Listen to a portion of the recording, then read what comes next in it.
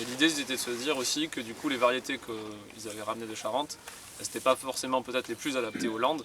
Et du coup l'idée c'était de sortir des variétés des frigos de l'INRA et de voir s'il n'y avait pas d'autres variétés qui pouvaient être plus adaptées que celles qui avaient été ramenées de Charente. Donc d'où un essai avec 120 variétés.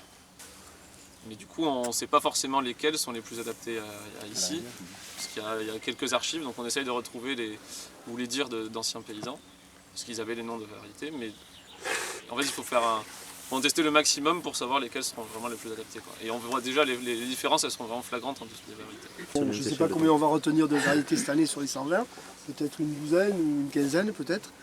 Donc déjà on va écrémer entre guillemets, mais on va les remettre en test l'année prochaine. Et dans la quinzaine, je ne sais pas combien on va en garder, on en gardera peut-être que la moitié. Et on aura un résultat probant dans 3-4 ans, pas plus. Hein. Alors bon, moi j'étais un petit peu naïf, je pensais qu'on allait faire du blé, on allait faire la minoterie.